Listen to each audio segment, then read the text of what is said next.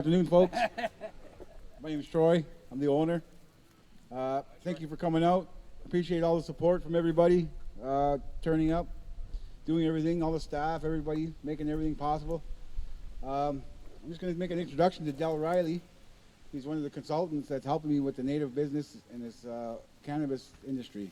He's trying to make us recognized under the Indian Act so we can go legit to get some stuff as like debit and insurance, things like that. So give it up for Del. He's pretty good. He's a good guy. He's in my corner, and I like it, and I like him. So give it up for him.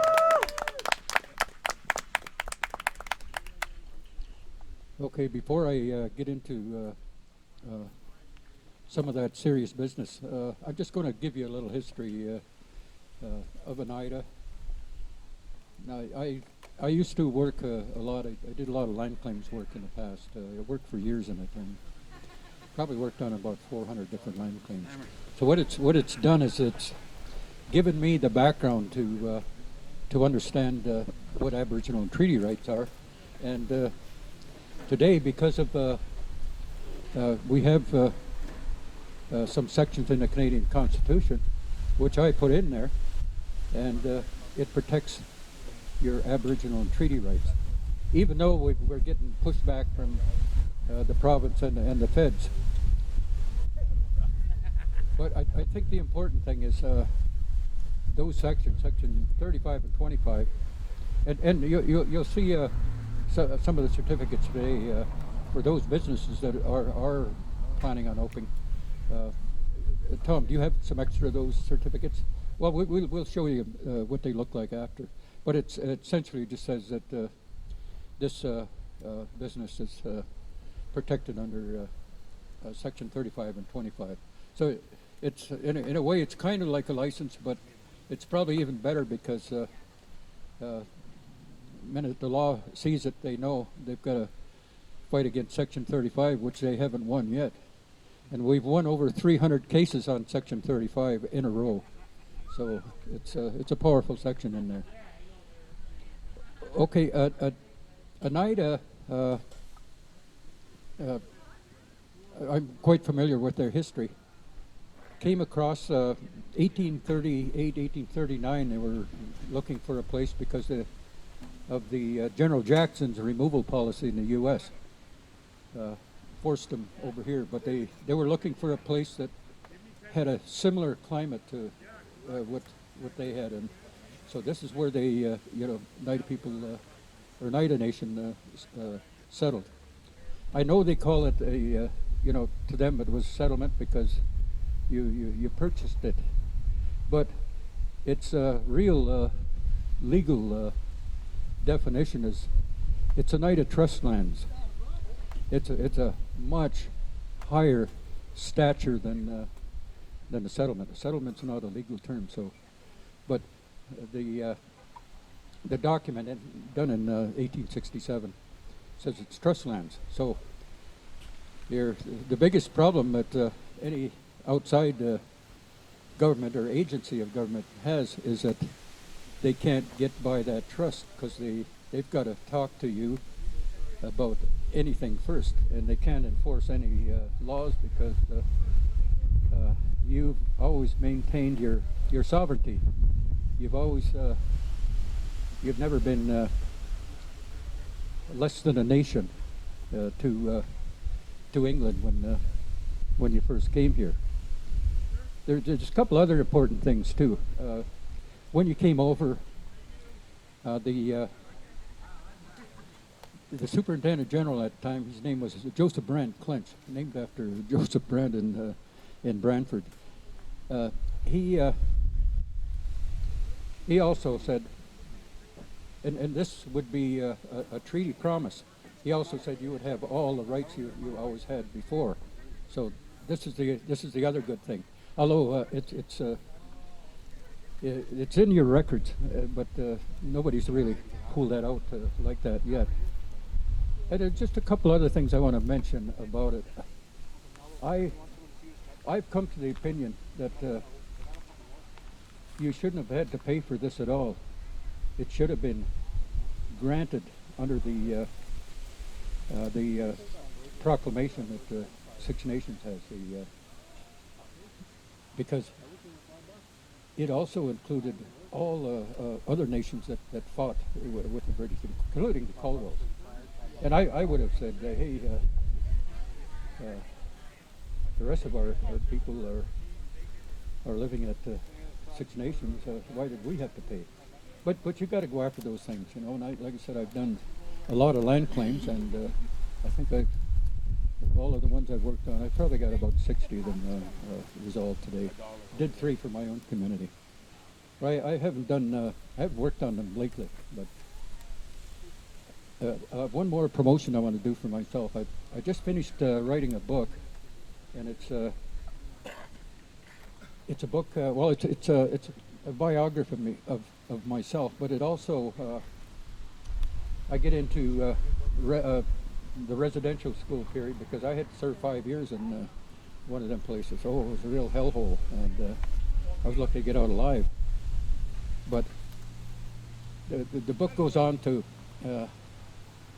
look at how I got involved in politics and how the constitutional entrenchment took place, which entrenches your traditional way of doing things. Even if it's not written, it's still, hey, your people say that's your custom, then it is. Okay, a few important things. I've been working with some of the dispensaries in the north, and of course, like gasoline, like cigarettes, we get a lot of pushback from both the province and the feds, and so we've looked at this quite thoroughly and try to. What I do is I've analyzed it carefully myself, and there's a lot of questionable things about what both the feds and the province are doing. For one thing, I'm going to talk about the policing part of it right now. From the way I see it, the OPP cannot come onto a reserve unless they're invited by an Indian person. You can only come onto that property if they're invited by an Indian person. And they really have no authority on the reserve at all. No authority. They can't enforce Indian Act. And if they do come on, they're trespassing. And I know they've been dealing with a lot with the chiefs and councils. I call them Indian Act chiefs and councils. But they don't have any authority either. Well, see, when John A. Macdonald set up the Indian Act system, I told him he created, like a miracle, he created instant racism in Canada. Just with the okay of a few other immigrants sat around the table. Okay, but and to make matters worse, of course, the whole Canadian government was set up on a racial basis. So Canadian government itself is just totally racist. And what happened is they developed the Indian Act, which of course is Canada's apartheid law.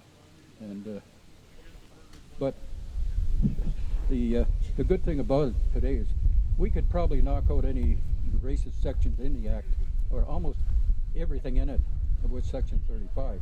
But of course that would take a lot of money and a lot of effort to go to court. But they know now that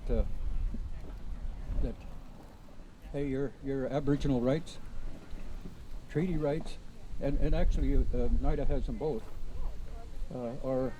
Are intact and recognized. Section 35 didn't create any rights. It only recognized what you had. So, and we carried on trade. We carried on businesses. We traded all over North America. So, but with the introduction of the Indian Act, that sort of put us in these concentration camps. The reserves are really concentration camps. And the government, using the Indian Act, was able to keep a total economy away from the First Nations. And so we've had to try to survive under this racist Indian Act for centuries, since 1876 when it was introduced. So I would say, well, the biggest problem that it's left us all is it's left us in a vacuum. In that the Indian Act chiefs and councils, because they are directly servants of the Minister of Indian Affairs, have a huge conflict of interest if they deal with land or rights. And so where that leaves you is, like I said, in the vacuum. But essentially where that authority would have to go back to is your original people, all your clans people. Whoever made the original arrangement, they would have to probably come back out and well, anyway, it's going to be a huge problem. You got to figure out how you're going to fix it, or how people are going to fix it, and it could be different in different places. But those are the facts, and as far as I can see, I think I kind of wish the chiefs and councils would come out more, but I find they're scared of me for some reason. But and here I'm not selling anything. All I'm doing is stating the facts, but which leads to this bigger problem. What are we going to do about it? How are we going to resolve it all? Because essentially, your chiefs and councils anymore, they're really they just administer ghetto programs, and they don't really have the authority to move you ahead in an economy that would benefit all of the people here. So essentially, I guess you can carry on exactly what you're doing, because they don't know what to do either. And there's always one more point I wanted to make, and that's that there's no way Ontario should have included your lands here under the province of Ontario, because they didn't come into effect until 1867, and you were here before that. So any incursion or intrusion, and this is happening all over the country, so what it does, it leaves a lot of things unresolved that have to be resolved. And I foresee us slowly moving out of this racist Indian Act into something more sensible.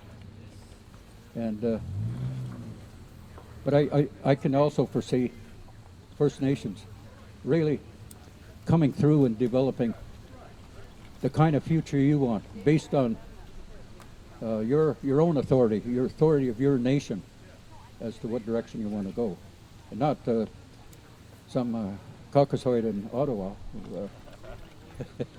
who has the supreme authority now over the Indian Act.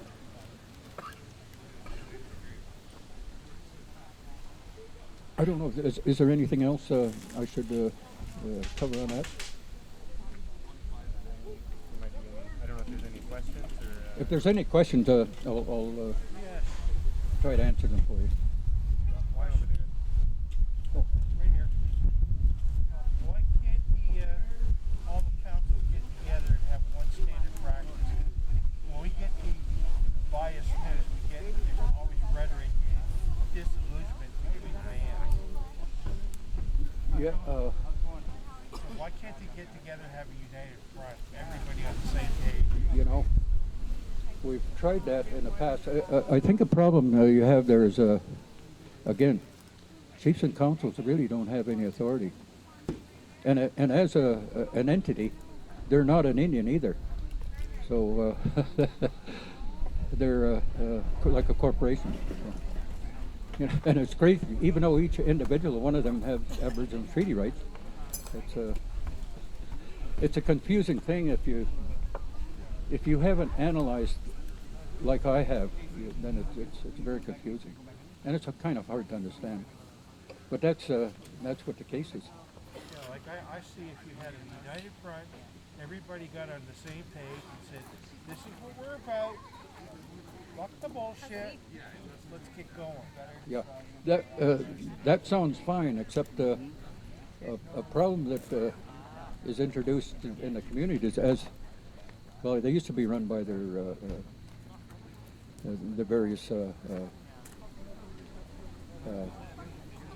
symbols, you know, various clan systems, and with the introduction of the voting system, what you have is now is 51% are happy against the 49% who are unhappy. And that just goes back and forth. So in the end, everybody's unhappy with it. And you don't get anything done. One more question. Which political party does the nation have most problems with? The Conservatives or the Liberals? Run that by again? Which party gives the most problems to the nation? Well, of course, I'd have to start with the Conservatives who concocted the Indian Act. Liberals have been fine, but they're complicit racists, just like all the rest of the MPs. They haven't done anything about it. They just let it stand. And it's really about the resources of Canada. They use the Indian Act to access the resources. Also, Section 25 says that you can't derogate or you can't abrogate from Section 35, meaning you can't develop your own meanings on it. It's going to be ours. But we haven't done this work yet. We still got to do it. How does that relate to cannabis? What's that? What's the relation directly Well, to cannabis? to us, cannabis is it's a medicine.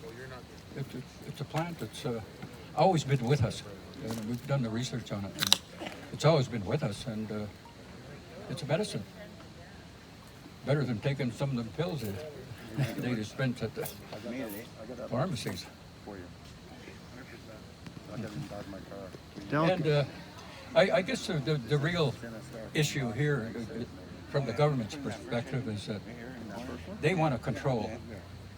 And as all colonists have done throughout the Americas, it's all about greed and power. And of course, we've had it since 1867. Dale, I was wondering if you could speak about how Aboriginal rights are conceived of individually and collectively, right? The government will seek to deny individual Indigenous people their rights by saying, well, it's a collective right, you can't exercise it individually. But then you've also said that, you know, as long as there's one Indian, it's the Indian that has the relationship with the treaty and the Crown. Yeah. Okay, this is, it's going to come up in a court case. We got a court case coming up sometime in the north, and it's going to decide about 5 different questions. And I've been already asked to be an expert witness there, which I'm going to be happy to go there. But they deal with some real important issues like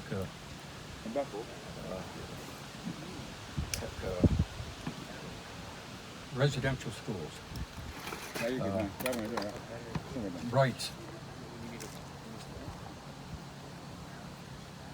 genocide. There's a lot of things that happen. So it's I think I'm going to be on the stand in a couple of weeks.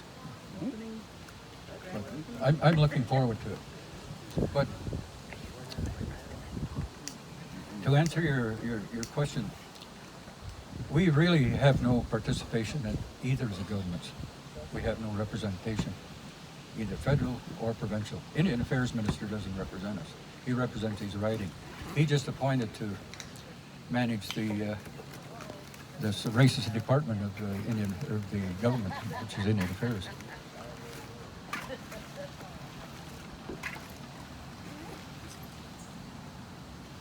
I'd love to get in a debate with some of them. We'd love to see it. Yeah. Okay. Is there any other questions? Yeah.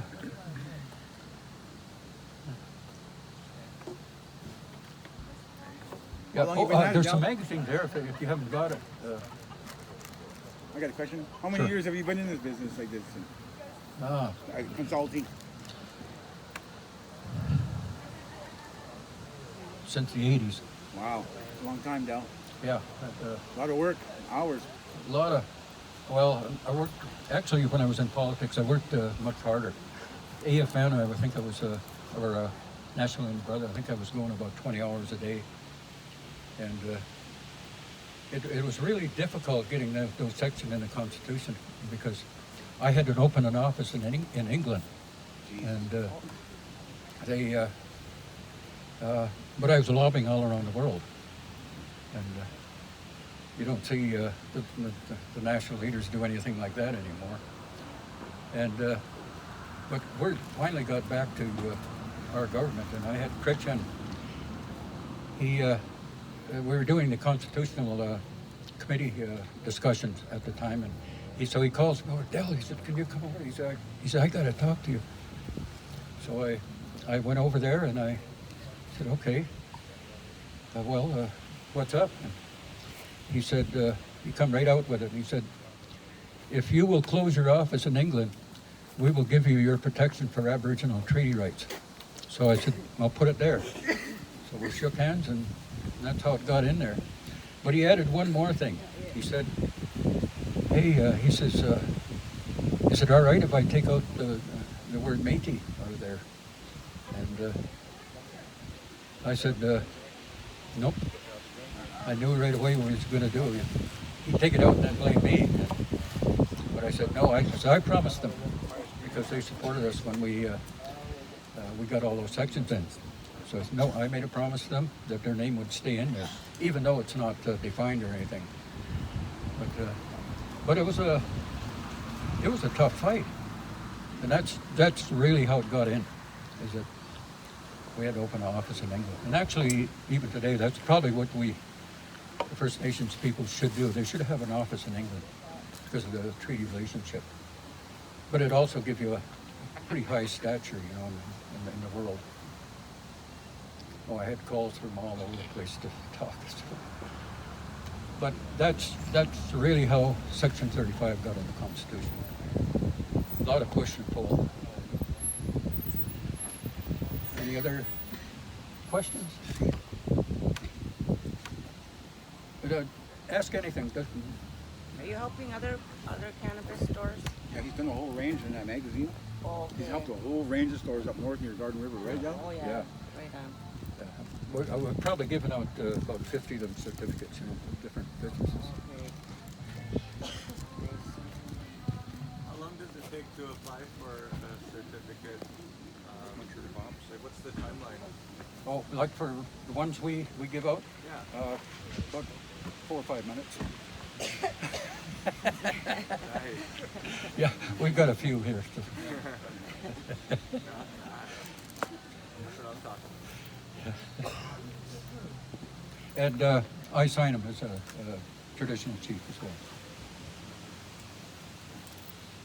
This is very nice. Let's get her done. Let's get her done. Any other questions? Any other questions? So if Troy were to apply, behind, if Troy were to get one of those certificates, how long does that take to get? Put them right here. Get them like right on the spot? Yeah, we've got copies here. In the book? They're in the car. Yeah. Remember that book I was showing everybody the other day? Yeah. I said, how long were you smoking cannabis for? What's that? How long were you smoking cannabis? How it helped you out? Okay. Well, hey, well, yeah, I first tested some cannabis. I was working in California, back in the late 60s. I was a machinist back then.